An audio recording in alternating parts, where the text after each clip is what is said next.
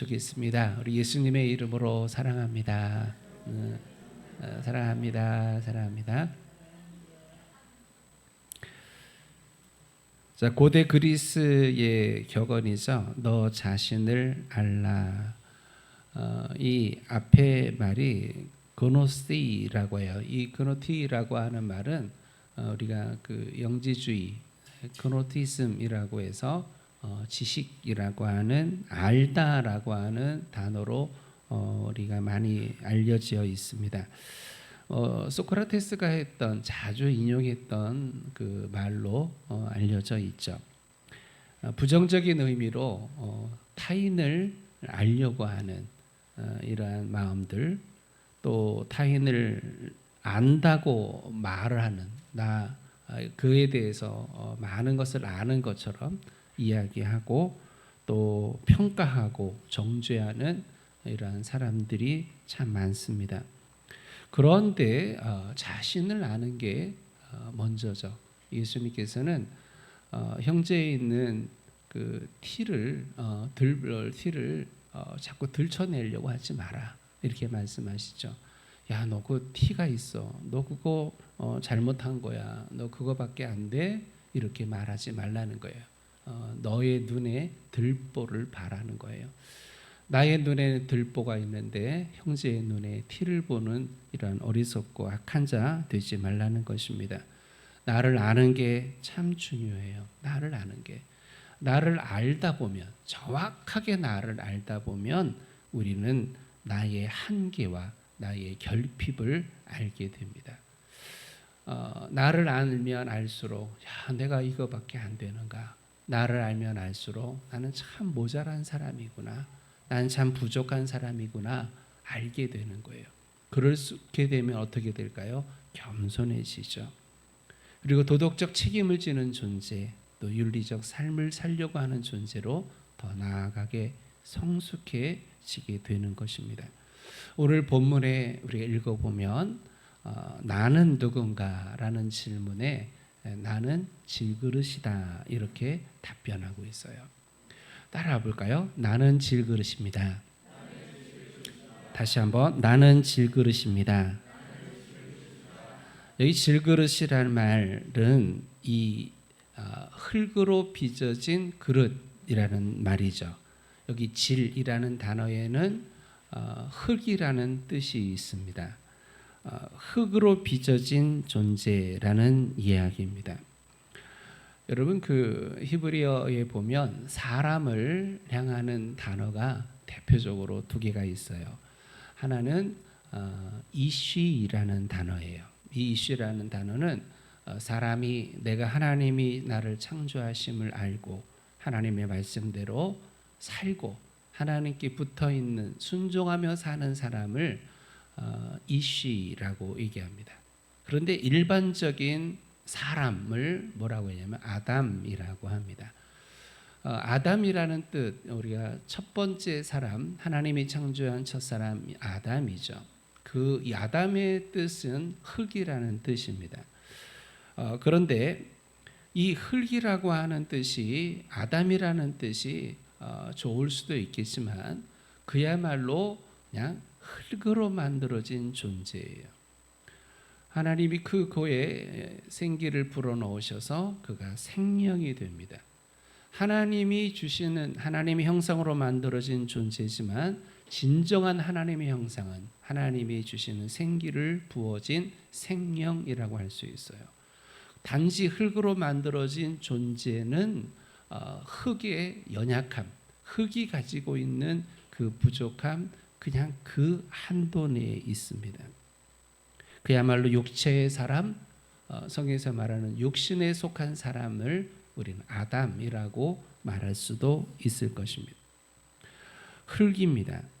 흙의 질그릇이라고 하는 말은 첫 번째 의미는 만들어진 존재라는 뜻이에요. 누가 만들었어요. 그렇죠? 누가 만들었어요. 그런데 뭘로 만들었냐면 흙으로 만들었습니다.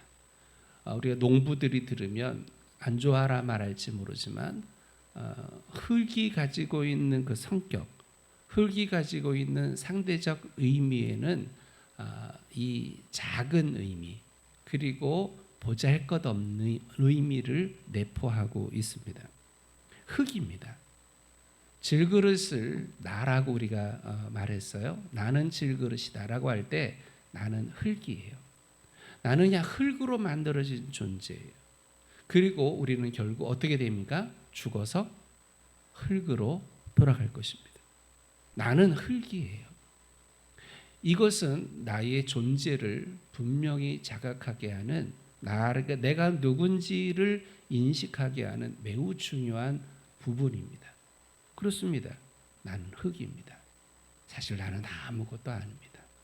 내가 매일 내 몸을 가꾸고 또 내일 거울을 보면서 잘생겼어, 예뻐, 괜찮아 말을 하고 또 사회 속에서 마치 내가 굉장한 존재인 것처럼 참 우월한 존재인 것처럼 그렇게 스스로 생각하지만 흙일 뿐입니다. 아무것도 아니라는 거예요. 죽어 흙이 되어지는 한 줌의 흙이 되어지는 존재라는 것이에요. 이것을 모르면 교만해집니다. 내가 흙으로 만들어진 존재, 하나님이 나를 흙으로 창조하셨음을 고백하지 못하면 우리는 교만한 자가 될 수밖에 없어요. 질그릇의 또 다른 의미는 깨지기 쉬운 존재라는 뜻입니다. 질그릇을 떨어뜨려 보세요. 박살이 납니다. 박살이 납니다. 이 질그릇을 어떤 모양으로 만들었든 질그릇에 무슨 색깔을 입혔든 떨어지기만 하면 박살이 납니다. 우리 존재, 나라고 하는 존재는 그런 존재예요. 굉장히 건강한 것 같은데 어느 날 갑자기 죽을 수 있는 존재. 나라고 하는 존재, 건강이 쉽게 무너지는 존재입니다. 여기서 건강에 자신할 수 있는 사람 누구겠어요? 아무도 없어요. 나는 깨지기 쉬운 존재. 깨지기 쉬운 질그릇이 자신할 수 없어요.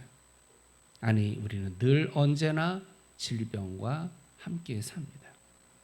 깨지기 쉬운 존재는 결심이 깨집니다. 굳은 결심을 했어요. 각오를 했어요. 근데 이게 웬일입니까? 작심 3일. 아니 3일도 못 가는 그 결심이 무너지는 깨지기 쉬운 존재입니다.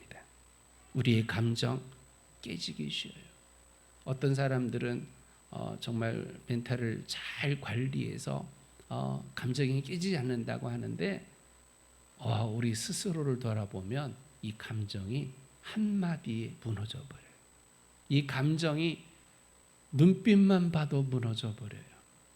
제가 몇 달 전부터 계속 좋아하는 말이 계속 책을 읽는데 자꾸 나와요.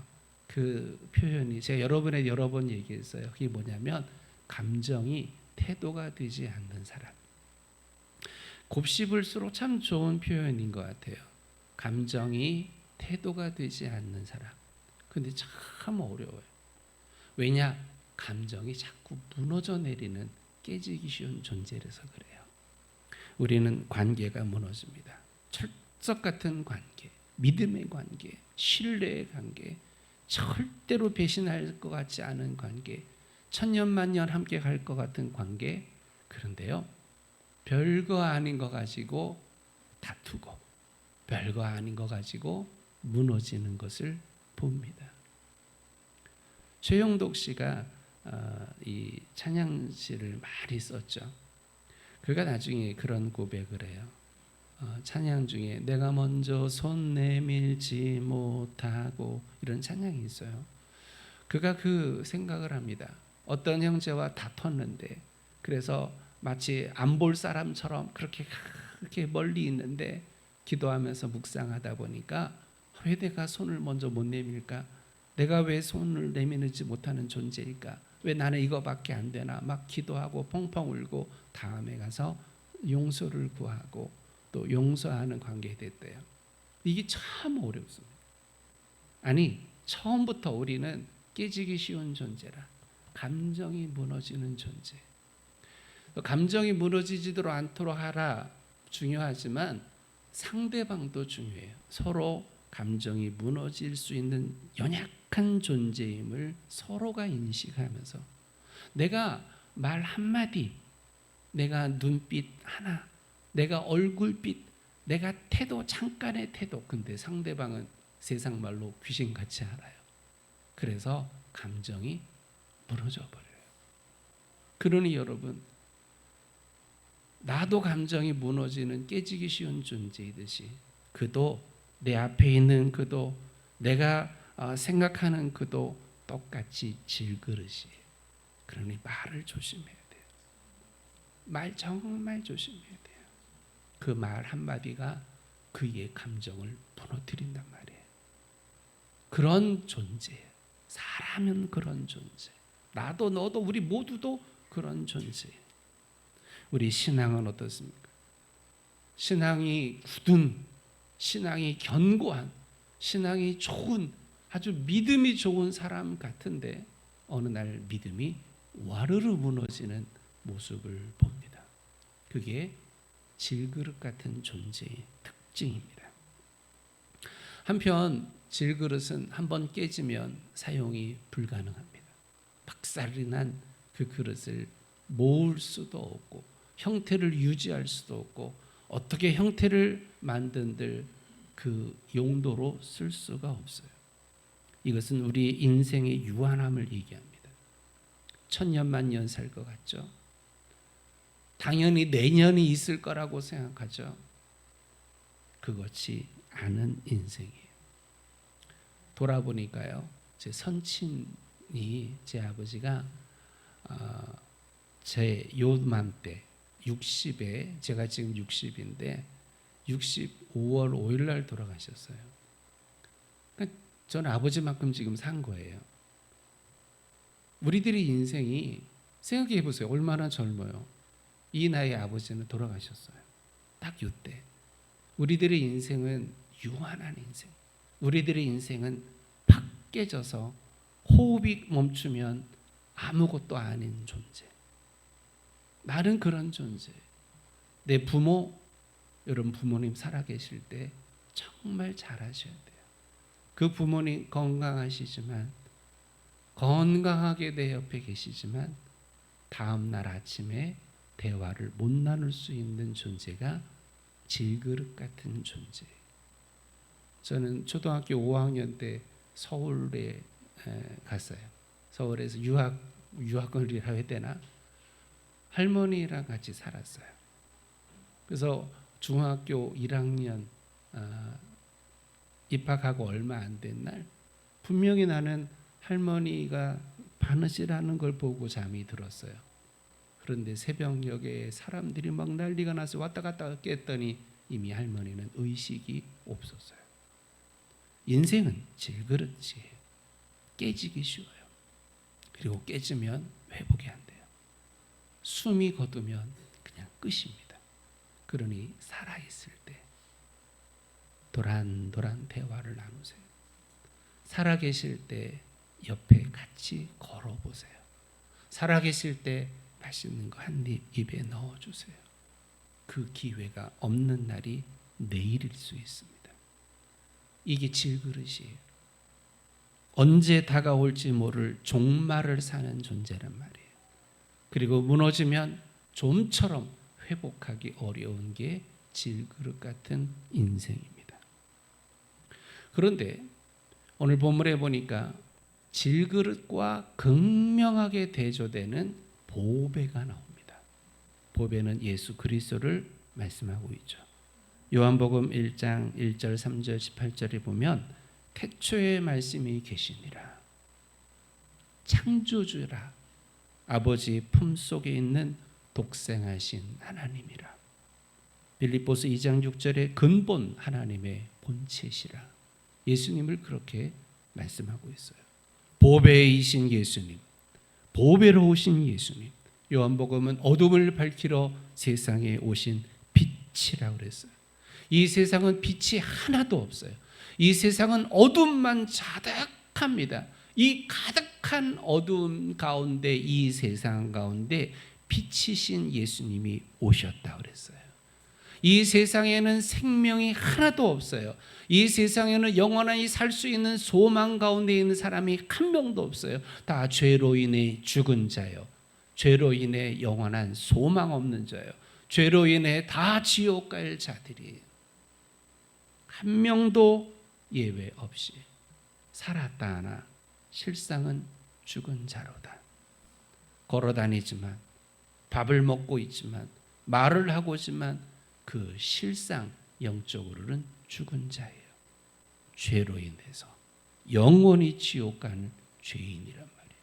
그 죄인을 구원하시려고, 그 죄에서 구원하시고 사망에서 구원하시고 지옥에서 구원하시기 위해 이 땅에 오신 예수님, 생명이신 예수님, 생명을 주시는 예수님, 그분을 보배라고 얘기합니다. 그런데 보배가 어디에 담겨졌냐? 질그릇에 담겨졌대요. 보배가, 보화가 세상에 말로 표현할 수 없는 극진한 보화가 이 보잘것없는, 이 깨지기 쉬운 질그릇에 담겨졌대요.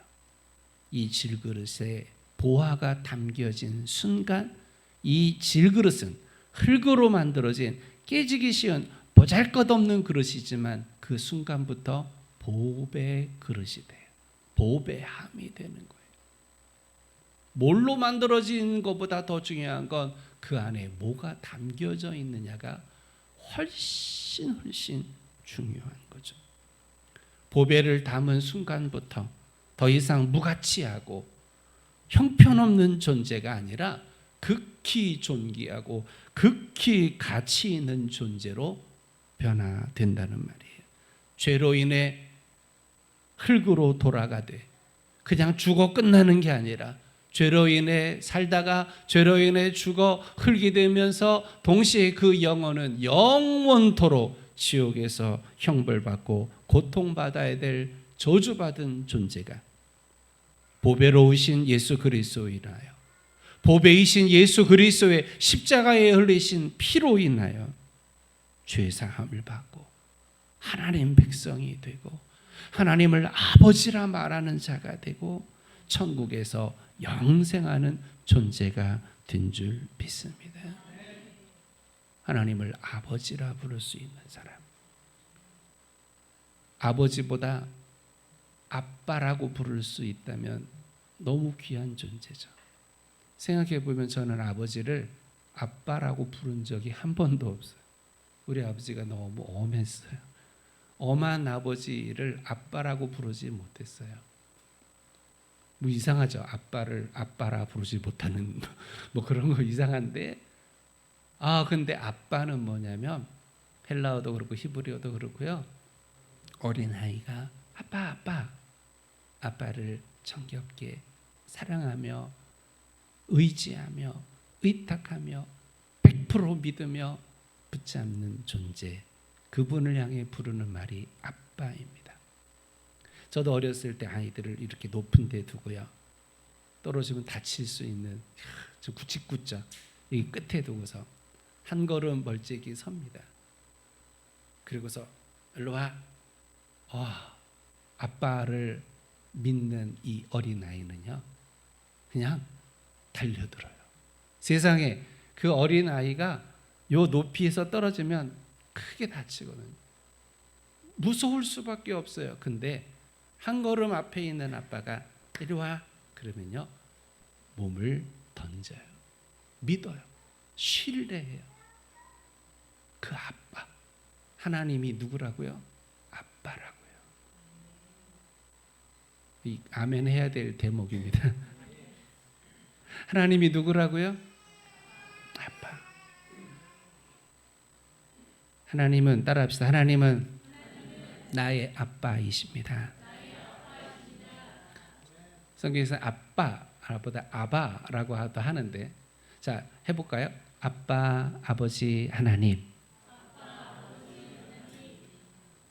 우리가 하나님을 아버지라 부르는 게 얼마나 놀라운지 몰라요. 내가 질그릇 같은 데가 정말 극명한 대조가 아니에요. 질그릇과 보배, 이거 어떻게 대조도 안 되는 차이예요. 그런데 이 보배가 어떻게 질그릇에 담길 수 있을까? 어떻게 나 같은 이 존재, 나 같은 이러한 죄인, 나 같은 이러한 기가 막힐 어리석은 자, 그런 나를 예수님 믿게 하신다? 이게 놀라운 은혜라는 말이에요. 에베소서 2장 4절과 6절에 긍휼이 풍성하신 하나님, 이런 말씀하시죠. 우리 주보를 가지고 한번 읽어볼까요? 함께 읽어보겠습니다. 긍휼이 풍성하신 하나님이 우리를 사랑하신 그 큰 사랑을 인하여 허물로 죽은 우리를 그리스도와 함께 살리셨고 또 함께 일으키사 그리스도 예수 안에서 함께 하늘에 앉히시니, 긍휼에 풍성하신 하나님, 그 큰 사랑을 인하여 질그릇 같은 나, 깨지는 나, 죄로 인해 영원히 죽을 나를 예수님의 피로 구원하신 이 놀라운 사랑과 은혜를 찬양합니다. 우리 찬양 한 장 하나를 좀 드리고 싶어요. 이 주의 사랑을 이라는 찬양인데요. 한번 불러보겠습니다.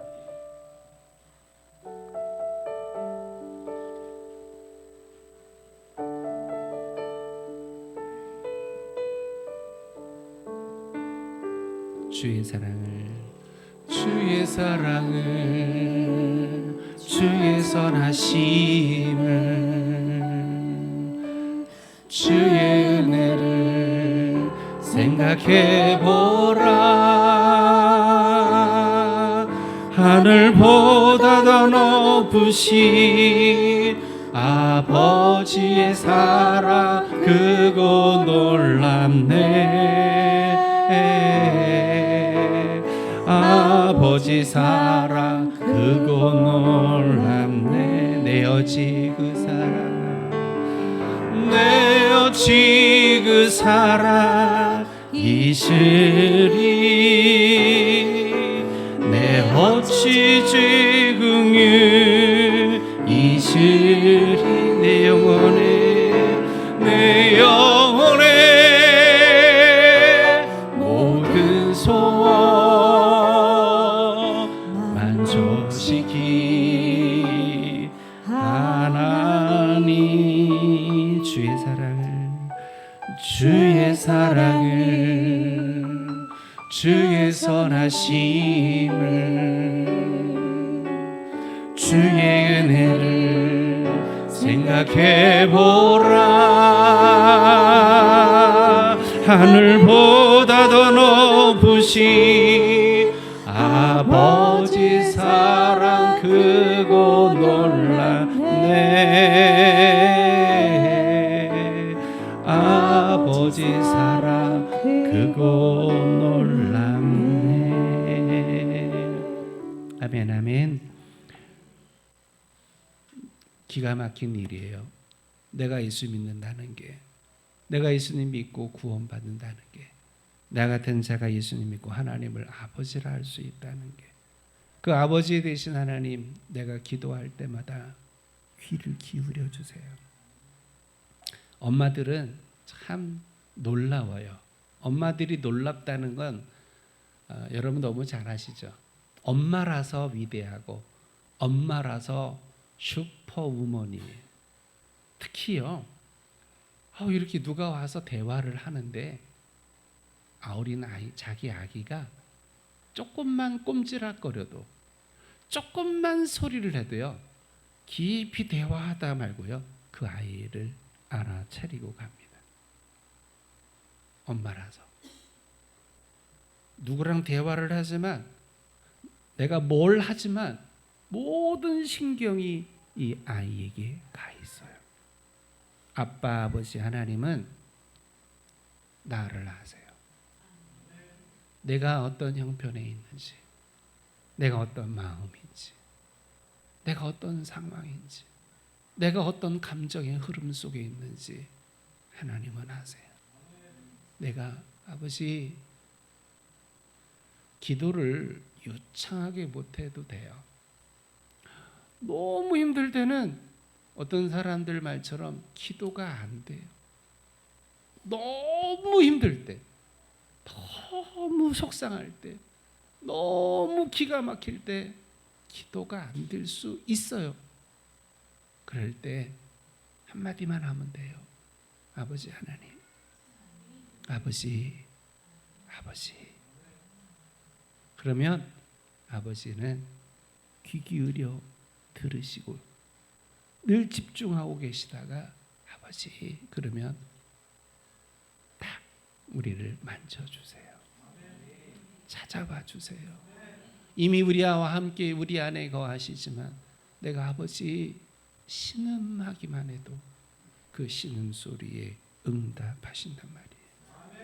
이 놀라운 아버지, 이 놀라운 은혜, 질그릇에 담겨진 보화를 통해 우리는 이 은혜를 보게 됩니다. 그러면 이제부터도 중요합니다.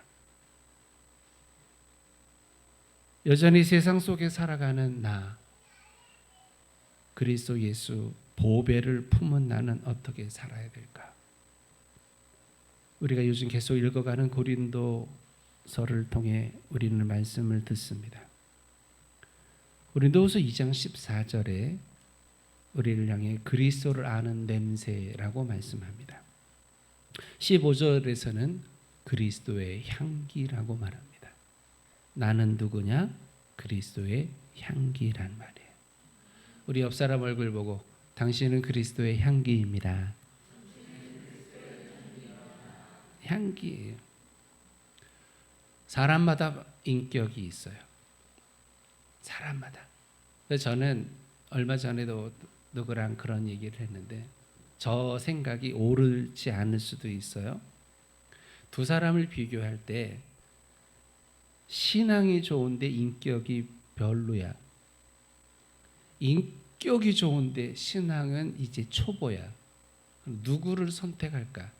결혼 상대자로 함께 갈 수 있는 사람으로 누구를 택한다면 저는 인격이 좋은 사람을 택하라고 말해줍니다. 신앙은 하나님의 은혜 가운데 급격하게 좋아져요. 근데 인격은 웬만하면 안 좋아져요. 웬만하면 안 변해 잘. 그러니 인격이 좋은 사람마다 인격이 좋아야 되는데 특히 예수님 믿는 사람은 인격이 좋아야 돼요. 예수님 믿는 사람. 우리 갈라디아서 2장 20절에 그리스도인은 누군가? 십자가에서 죽은 자예요. 십자가에서 이미 죽었어. 나는 죽었어요. 그리고 내 안에 예수님으로 인하여 나는 다시 살아났어요. 세상에는 인격이 변하지 않는 경우들이 많아요. 사람은 고쳐 쓰는 게 아니라면서요. 그런데 나는 죽으면 됩니다. 죽으면 돼요. 내가 십자가에서 죽고 내 안에 예수님이 나를 살리시면 나는 예전과 다른 인격을 가질 수 있어요. 그래서 우리 그리스도인은 예수로 인하여 십자가로 죽었다가 다시 살아난 자로서 품격 있는 삶을 살아야 돼요. 예수님 믿기 전, 보배가 담기기 전의 질그릇과 보배가 담긴 이후에 예수님 믿은 이후의 질그릇은 존재론적으로 차이가 있어요. 여러분 안에 예수님이 계신 줄 믿습니다. 여러분 예수 그리스도의 사람들인 줄 믿습니다.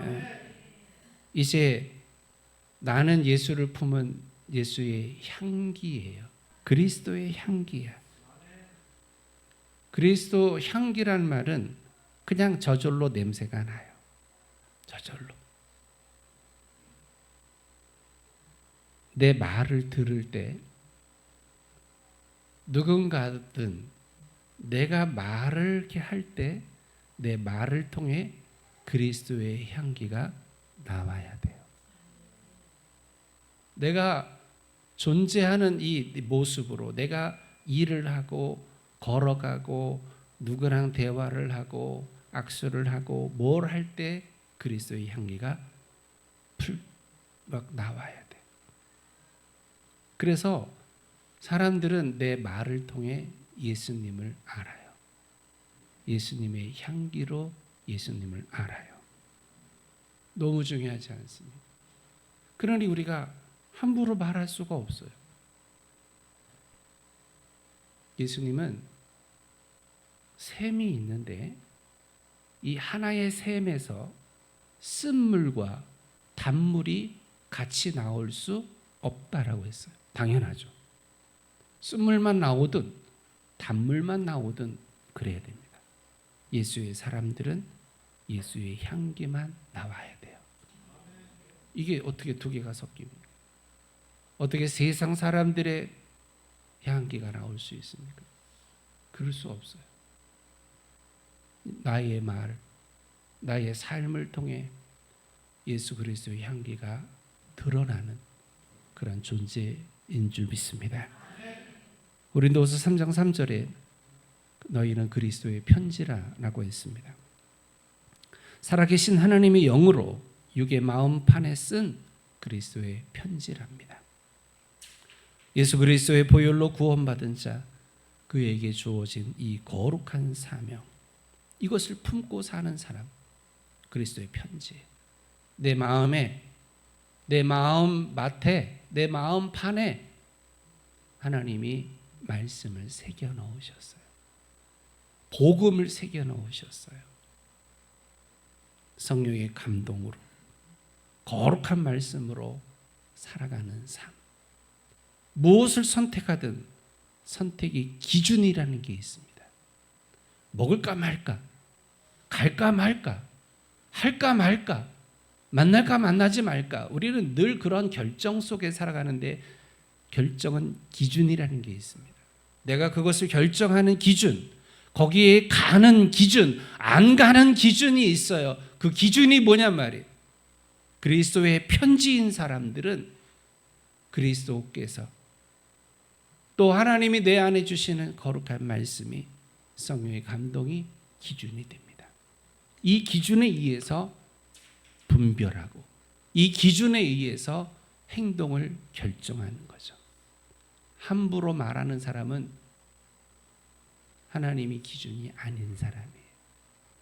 우리는 모든 일에 있어서 하나님이 여러분의 삶에 분별함에 판단함에 결정짓는 기준이 되는 여러분 되시기를 축원합니다. 예레미야 1장 33절에 내가 나의 법을 그들의 속에 두며 그들의 마음에 기록하여 나는 그들의 하나님이 되고 그들은 내 백성이 될 것이라. 그렇습니다. 내 안에 하나님이 하나님의 법을 두셨대요. 마지막 세 번째, 오늘 본문 4장 6절에 내 마음에 하나님의 영광을 아는 빛을 비추셨다고 말씀하십니다. 고린도전서 3장 16절에 보면 성령님이 거하시는 하나님의 전이라 라고 말씀했어요. 내 안에 누가 계시냐면 성령님이 계십니다. 아멘. 따라합시다. 오늘 따라하는 거 많이 하네. 내 안에 성령님이 계십니다. 하나님이 계시는 그곳을 우리는 성전이라고 그래요. 내 안에 하나님의 성령이 계시기 때문에 너희는 하나님의 전인 줄 알지 못하느냐. 내가 하나님의 전이야. 내 안에 하나님의 전이 이루어져 있어요. 하나님의 전으로 살아야 되죠. 3장 18절에 나는 주의 영으로 말미암아 영광에서 영광에 이르는 존재라고 말씀하고 있어요. 하나님의 영광으로 말미암아 비록 나는 질그릇 같은 존재예요. 비록 나는 질그릇처럼 보잘것없는 존재야. 그러나 하나님의 영이 성령이 내 안에 거하심으로 나는 거룩한 성전이 돼요. 나는 하나님의 영광이 나를 영광스럽게 하는 우월한 존재가 되는 거예요. 탁월한 존재가 되는 거예요. 그러니 내가 나를 하찮게 여기면 안 돼요. 나는 존귀한 자예요. 나는 질그릇이나 보배를 품은 자예요. 나는 아무것도 아니나 성령님이 내 안에 거하시는 거룩한 전이에요. 그러니 나는 나를 귀하게 여기셔야 돼요. 나를 귀하게 여겨요. 내 이 썩을 육체를 귀하게 여기라는 의미가 아니라 내 안에 거하시는 성령님이 거하시는 전으로서의 나를 소중히 여기란 말이에요. 나를 소중히 여겨요. 학대하지 말고, 자학하지 말고, 함부로 내 몸뚱이를 굴리지 말고, 함부로 말을 쏟아내는 이러한 세상에 미천한 사람 되지 말고, 품격 있는 사람, 멋있는 사람, 하나님이 창조하신 존재 가운데 가장 멋진 존재로 스스로를 인식을 하고 하나님 앞에, 사람 앞에 그런 멋있는 품격 있는 삶을, 품격 있는 언어를 쓰는 여러분들 꼭 되시기를 바랍니다. 단어를 사용할 때도 품격 있는 단어를 쓰세요. 그냥 하수구 같은 말 쓰지 말고, 쓸 수 있는 단어들이 여러 가지가 있어요. 하나의 뜻을 말하고자 할 때 여러 단어를 쓸 수 있는데 하필이면 시궁창 같은 단어를 골라서 써요. 왜 그런지 모르겠어요. 멋진 단어를 쓰세요. 품격 있는 단어를 쓰세요. 나는 그런 존재예요. 여러분은 그런 존재예요. 나는 직분을 받은 자예요. 거룩한 직분을 하나님께 받은 자예요. 하나님이 나를 거룩하게 하셨어요. 나는 거룩하지 않으나 보배를 담은 질그릇으로서 하나님 나를 거룩하게 하셨어요. 나를 거룩한 직분자로 삼으셨어요. 그러니 이어서 말씀을 읽어보면 드러내지 못할 창피스러운 일을 버리래요. 창피해. 창피한 일을 그걸 왜 하냐는 거죠. 창피한 일을 하지 말라는 거예요. 혼자 있을 때도 창피한 일을 하지 말고, 누구 앞에 있을 수도 창피한 일을 하지 말고 그 창피한 일을 버리래요. 복음에 다른 것을 첨가시키지 말라라고 이어서 말씀을 하죠. 그리고 계속 말씀을 합니다. 속이지 말고 오직 진리를 나타내고 하나님 앞에서 각 사람의 양심에 대하여 스스로 추천하는 삶을 살 것을 우리에게 말씀하고 있습니다. 사도 바울은 늘 그런 고백을 합니다. 사람은 다 약해요. 그래서 실수할 때도 있고 또 어리석은 행동할 때도 있는데 그럼에도 불구하고 나를 잡아주는 게 있어요. 사람은 잡아줘야 돼. 나를 딱 잡아줘야 돼요. 다이어트를 할 마음이 있으면, 살을 뺄 마음이 있으면 일단 헐렁한 옷은 입으면 안 돼요. 몸빼 옷 입으면 살 안 빼겠다는 거야. 허리 딱 조여야 돼요. 나를 조이는 게 있어야 돼요. 나를 딱 붙잡는 게 있어야 돼요. 세상에서 살고 직장 생활하고 사람들 만나고 뭐 여러 종류의 사람들 만나지만 내가 그리스도의 사람, 내가 멋진 하나님의 백성, 내 안에 사는 성령님이 계신 하나님의 거룩한 성전으로서의 그 딱 부러진 품격 있는 삶을 살려면 나를 딱 잡아주는 게 있어야 돼요. 그게 뭐냐? 사도 바울은 고린도전서 15장 10절에 나의 나된 것은 하나님의 은혜입니다. 이 고백을 해요. 나의 나된 것 하나님의 은혜입니다. 내가 잘나서도 아니고 내가 노력해서도 안 되고 재수 있어서가 안 되고 어쩌다 보니도 안 되고 누가 도와줘서도 아니고 내가 나된 건 오늘 여기에 서 있으면 하나님의 은혜입니다. 늘 고백하면서 늘 감사하는, 조금 더 교만하지 말고 잘난 척하는 사지 말고 잘난 척하는 말하지 말고 하나님 은혜로 여기 있습니다. 그리고 바울의 가장 귀한 고백 중에 하나가 뭐냐면 4장 10절이죠. 우리 4장 10절 한번 읽어보면 좋겠습니다. 4장 10절 시작. 우리가 항상 예수의 죽음을 몸에 짊어짐은 예수의 생명이 또한 우리 몸에 나타나게 하려 함이라. 예수의 죽음을 항상 몸에 짊어져요. 예수님의 십자가 때문에 내가 살았고, 예수님의 십자가 때문에 구원받았고, 예수님의 십자가 때문에 하나님의 자녀되고, 예수님의 십자가 때문에 하늘 소망을 가진 자 되고, 그 십자가 날마다 항상 몸에 짊어지고 예수의 생명이 내 몸에 나타나기를 소망해.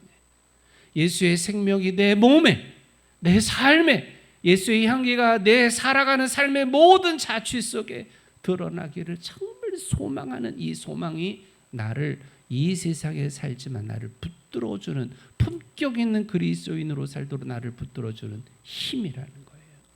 그냥 해벌레 나를 풀어놓으면 안 돼요. 나를 쪼이세요. 십자가를 품고 예수 십자가를 묵상하고 예수의 십자가에 흘리신 보혈을 뿌리면서 나를 잡으세요. 나를 잡으세요. 우리는 이 십자가의 은혜가 없으면 언제든지 풀어지는 존재가 됩니다. 그러니 주여 나를 잡아주세요. 우리 자리에서 일어나서 하나님의 은혜를 이 시간에 고백하면 좋겠습니다.